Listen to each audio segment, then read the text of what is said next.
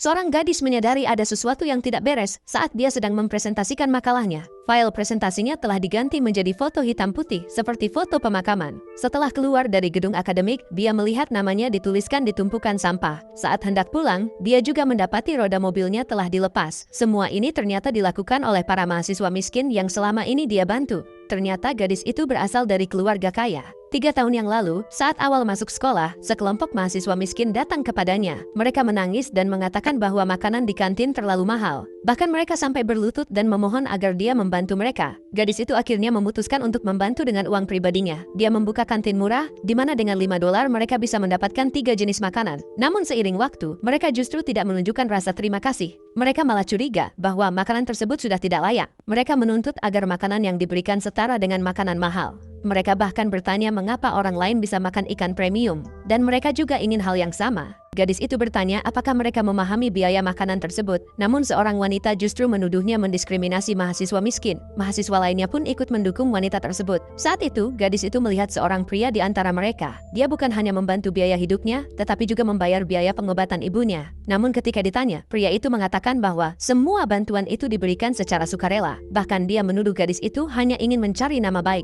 Mendengar itu, gadis tersebut langsung menutup kantin murah dan pergi dengan marah.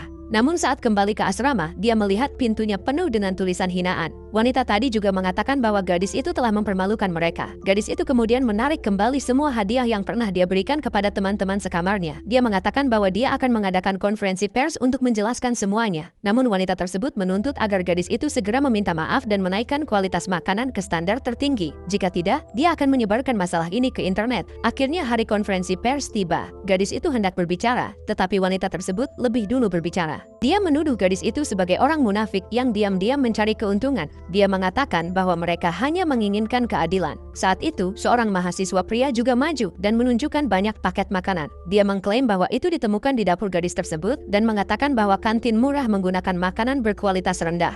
Di bawah tuduhan palsu tersebut, para wartawan mulai mengepung gadis itu dan menanyakan bagaimana dia akan menanggapi.